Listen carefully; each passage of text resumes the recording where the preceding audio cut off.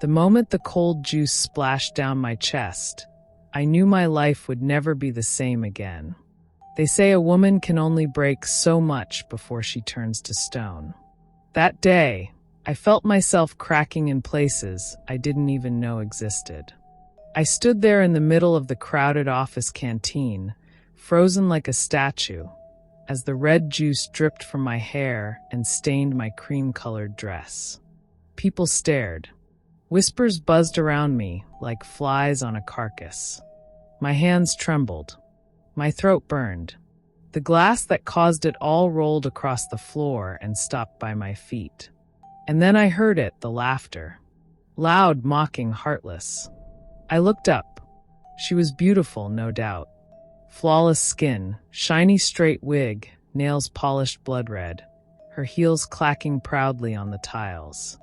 And behind that perfect face was a cruelty that could slice through a person's soul. "Ah! Look at you," she shouted for everyone to hear. "See how you dress like a roadside beggar. Who let you into this place?" My lips trembled.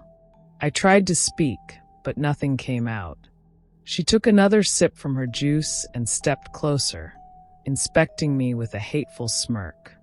"Look at this woman," she announced to the crowd.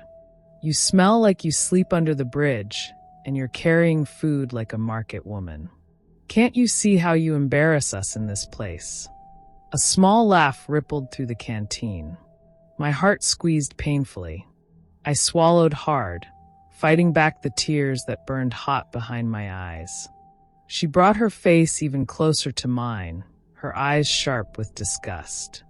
"Next time," she hissed, "take a bath before coming to a big man's company. We don't need dirty cockroaches like you here." My soul shrank. I was not dirty. I was only simple. My gown was faded but clean. My sandals were old, but they were mine. Yet to her, that meant I was worthless. As I tried to turn away, she suddenly swung her elbow with a fake laugh, sending her glass flying right at my chest. The bright red juice splashed everywhere, on my face, my dress, my scarf, even in my hair. I gasped, shocked by the cold sting. The food flask I carried for my husband fell to the floor, the lid cracking open, rice and stew spreading in a shameful mess. The crowd went dead silent. Then they laughed, pointed at me, pulled out their phones. "God forbid," one girl giggled. "See how this thing is messing up our floor." My ears rang. My legs shook. I wanted to sink through the tiles, to disappear, to run away. But I could not move. My heart was pounding so loud, it was all I could hear. If only they knew. If only they knew that the same man whose name was printed on their office tags, the man they feared and obeyed, was my husband, the CEO. But they didn't know. They only saw a broken, simple-looking woman who had dared to enter their territory. And she, the woman with the juice, was their queen bee, their star girl, their shining social butterfly. She stepped even closer, her fake concern like acid in my ears. "Auntie, a beg, next time find somewhere else to hawk your food. You're spoiling people's appetite." Her friends roared with laughter, clapping their hands. Something snapped inside me. Tears rolled down my cheeks, mixing with the juice that still dripped from my hair. I tried to gather the spilled rice with trembling fingers, but the shame was too much. The hot stew burned my fingers, yet I kept picking it up, unable to leave my husband's meal on that dirty floor. That was when I heard another voice, an older woman, maybe one of the cleaners, soft and gentle. "Leave it, my daughter," she said, handing me a tissue. "Leave it. Dignity is more important than food." Those words struck my heart like lightning. Dignity. Did I even have any left? I slowly stood, eyes still wet, juice still dripping. The cleaner's hands trembled as she helped wipe my face. "Don't let them kill your spirit," she whispered. "You don't know tomorrow." I looked around one last time. The laughter, the gossip, the shame. but something deep in me refused to die. They would see. One day they would know. And this same woman, the one who called me a cockroach, would regret every single word she spit at me today. I gathered what was left of the food, ignoring the way people moved away from me as if I carried a disease. My hands were still shaking. My eyes burned from crying, but I forced myself to walk away with my head high. Every step felt like a knife cutting my feet, but I kept going because I had a secret no one in that place knew. My husband, their boss, the almighty CEO, was waiting upstairs for the lunch I had cooked with love. If only they knew. If only they knew that the dirty woman they humiliated in public was the wife of the man they bowed down to. That was my power, and they didn't even see it coming. As I stepped into the elevator, alone, my heart felt like it would break through my ribs. What will he think when he sees me like this? Would he be ashamed? Would he defend me? Or would he join them in mocking me? I closed my eyes, leaning against the elevator wall, letting the tears fall freely. But as the elevator doors slid open, she froze. Standing right there was the same woman who had mocked and humiliated her downstairs, holding hands with a tall man whose face she could not yet see. And then she heard the woman laugh and say, "Meet my new man, the CEO himself." Her heart stopped. Could it really be her own husband? The elevator moved so slowly it felt like torture. Each ding, each second ticking past, made my heart pound harder. I stood there, drenched in sticky juice, the smell of tomatoes and stew still clinging to me. The cleaner's soft words repeated in my mind. Dignity is more important than food. I tried to breathe, tried to hold on to that tiny piece of courage still left in my heart. But doubts kept clawing at me.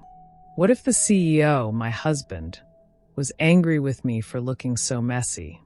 What if he rejected me the same way those women had rejected me? My knees felt weak. When the doors opened, I took a deep breath and stepped out, eyes fixed ahead, refusing to bow. I made it to the waiting lounge outside his office, but he wasn't there yet. I sat on the leather couch, shaking, my mind still replaying the hateful laughter, the way they called me a cockroach, the way she looked me up and down like I was trash. And then I saw her. She walked right past the reception desk, hips swaying, her wig bouncing with pride. Same shiny nails, same cold, beautiful face. She stopped when her eyes met mine, and a slow, evil smile spread across her lips. "Ah," she laughed. "So you are still here, smelling like yesterday's dustbin?" My cheeks flamed hot with shame. She came closer, the clack of her cheap plastic heels echoing on the tiles. Up close, I could smell her perfume, strong, almost choking, like someone trying too hard to hide something. I looked properly at her this time, and noticed her ID card swinging from her waist. My heart nearly stopped. "Waste disposal unit," it read. My eyes widened. So this was the queen bee who poured juice on me? A cleaner pretending to be a big girl? She was the one who cleared leftover food and washed dirty bins after hours. Yet she stood here, mocking me for being dirty. Something in me nearly broke from the irony. Her voice snapped me out of my thoughts. "Madam," she sneered, "I swear you people are smelling my air with this your market woman perfume. Who even let you come to this place?" My lips parted, but no words came. She leaned forward, waving her fake designer bag in my face. "Next time, respect your level. Don't cross my path. If you do, I will slap you so hard your ancestors will feel it." And with that, she raised her hand, aiming straight for my cheek. But this time I was ready. I caught her wrist in midair, my hand strong, steady, no longer shaking. She froze, shocked that I had the courage to stop her. I stood up, taller than I thought possible, eyes locked on hers, voice steady and calm. "Listen to me," I said softly, but with so much power her hand trembled in mine. A woman who wears fake confidence to hide her shame will always find someone she cannot break. She blinked, confused, trying to pull her hand away, but I held on. You call me dirty, I continued, but dirt can be washed away. Your heart, full of hate and pride, will rot you from the inside. One day, no makeup or perfume will cover the smell of your bad character. The entire reception went silent. Even the security guard stared with wide eyes, shocked. The girl's lips quivered. I could see the cracks showing in her perfect mask. For the first time, she looked small, powerless. I released her wrist, my hand still shaking, but my spirit burning with courage. Try to slap me again, I told her, and you will learn the difference between a woman who stands on sand and a woman who stands on truth. Her eyes filled with tears, real tears. Her fake confidence was crumbling right there, piece by piece. The shock on her face was priceless. People who were watching held their breath, whispering among themselves. She stepped back, stumbling over her own cheap heels, and ran out of the lounge without another word. I sank back into the seat, tears pouring from my eyes, but this time they were tears of relief. I had stood up for myself. I had shown her, that no matter how simple I looked, no one had the right to treat me like garbage. My heart felt lighter, even in my stained dress. The receptionist came over, eyes soft with pity. Madam, are you okay? I nodded slowly, wiping my face. I will be, I whispered, because life had just taught me a powerful lesson. If you don't speak up for yourself, they will bury you alive. 3 days later, the morning felt new, like hope trying to rise through heavy clouds. I had scrubbed the smell of stew and shame from my body, but not from my memory. The words still echoed in my mind, replaying like a broken song. You smell like a cockroach. But each time the words tried to break me, I reminded myself of how I had held her hand in midair, how I had spoken the truth that shut her mouth. That gave me strength. My boutique was finally reopening after a short renovation. It was small but beautiful, a peaceful place where I found healing through creativity, helping other women dress with confidence. I loved seeing women come in shy and leave proud. That was my mission, to remind them they were enough. That morning, I stood behind the counter, arranging bright fabrics and floral dresses, my heart calmer than it had been for months. Then the glass door swung open with a tiny bell, and my world stopped. She walked in. The same girl. The one who spilled juice on me. The one who mocked me for smelling like yesterday's dustbin. Her wig was gone. Her makeup was gone. She looked smaller, weaker, like a defeated bird trying to find shelter. My mouth went dry. She didn't recognize me at all. She clutched a plastic file to her chest, her eyes darting around, shy and embarrassed.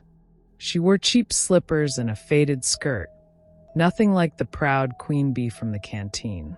My heart squeezed as I realized the truth. She had lost everything. Probably lost the small cleaner job too, after all the drama. She came closer, eyes avoiding mine, voice trembling. "Good morning, Ma," she said softly. "Please, are you hiring sales girls?" Her voice shook so hard it nearly broke me. I took a deep breath, forcing my hands not to tremble. "Yes," I answered calmly. "We are looking for one person." She swallowed hard, hope shining in her tired eyes. "Please," she stammered, I can do anything. I really need this job, even if it's to clean. Please help me." A deep silence fell between us. I could see every crack in her proud mask. There was no fake perfume, no fancy nails, no insults on her lips today, only desperation. My heart twisted painfully. How life could humble a person, how pride could collapse overnight shocked me. I studied her face, remembering how she had tried to slap me, how she had poured juice on me like I was a worthless animal. And now, here she was begging me for work. If God wanted to teach her a lesson, I could see the lesson unfolding right before my eyes. I sighed, gently touching the hem of a dress on display. "Do you have any experience?" I asked quietly. She shook her head, tears pooling in her eyes. "No, Ma, but I will learn. I swear I will learn." Her voice cracked, and the tears broke free. She wiped them roughly, ashamed of her weakness. I looked at her for a long moment. Then something deep in me, stronger than anger, stronger than revenge, began to rise. Mercy. Let this be her chance to change, I told myself. After all, had I not been humiliated too? Had I not wanted someone to show me grace? I took a deep breath, steady and calm, and nodded. "You can start," I said. Her eyes widened in shock. "Really, Ma?" she choked out. I can start." I nodded. "Yes, but understand something." She leaned in, desperate to catch my every word. I looked into her eyes, steady and full of painful wisdom.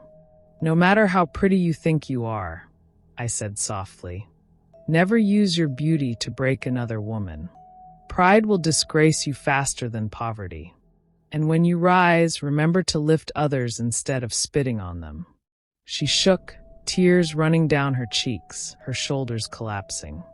"Thank you, Ma," she whispered, voice shaking. "Thank you." My eyes burned, but I refused to cry. Maybe, just maybe, this was God's way of healing us both. The girl, her name was Iphioma, I had learned, worked with quiet determination from the first day. She folded clothes with careful hands, cleaned the mirrors, greeted customers with a tired but genuine smile. Sometimes I saw her eyes wander toward me, heavy with shame, but I always met her gaze calmly. I would not throw her mistake in her face every day. That was not who I wanted to become. Weeks passed, and the boutique grew busy, filled with women laughing, trying on colors, feeling confident again. Iphioma worked harder than anyone. She was never late, never complained. One day, after closing, she stood in front of me, twisting her fingers, her voice trembling. "Ma," she whispered, "I just want to say sorry. For everything." Her eyes shone with honest tears. I looked at her, seeing her for what she truly was. A young woman trying to survive in a hard world, making mistakes along the way. I stood, moved closer, and took her hands gently. "I forgive you," I said softly. "Truly." Her tears fell freely. "You don't know how much I suffered after that day," she cried, voice breaking. "I lost my job, people mocked me. I had nothing. And still you gave me this chance." I squeezed her hands tighter. "Listen to me," I said gently, my heart steady, voice strong. "You are more than your beauty. You are more than the mistakes you made. But remember this, Iphioma. How you treat others when you have power will always come back to you. Life will humble those who try to lift themselves by stepping on others." She nodded, sobbing harder, holding my hands like they were the only lifeline she had. I pulled her into a warm hug. "Every woman you see," I whispered in her ear, "is fighting a battle you cannot see. Never use your own pain to cause another person more pain. Be kind, even if life has not been kind to you." She shook in my arms, crying out all the shame she had carried. I let her cry, let her breathe, let her heal. When she finally pulled away, her eyes were brighter, clearer, stronger. "Thank you," she whispered. "God will bless you for this." I smiled softly, a tear slipping down my own cheek. "No one is too small to rise," I told her. "And no one is too big to fall. Always remember." She nodded, holding those words close to her heart like precious treasure. I watched her leave that night, shoulders straighter than I had ever seen them. My heart felt light, filled with peace, knowing I had turned my pain into something good. I looked around my boutique, the colors, the fabrics, the laughter of women, and felt proud. I had survived humiliation, shame, mockery. But I had not let it turn me bitter. Instead, I had chosen grace. Because in the end, that is what life is truly about. Rising after you fall, healing after you break, and forgiving even when it hurts so you can set yourself free. Thanks for watching. Kindly subscribe, like, and drop your comments.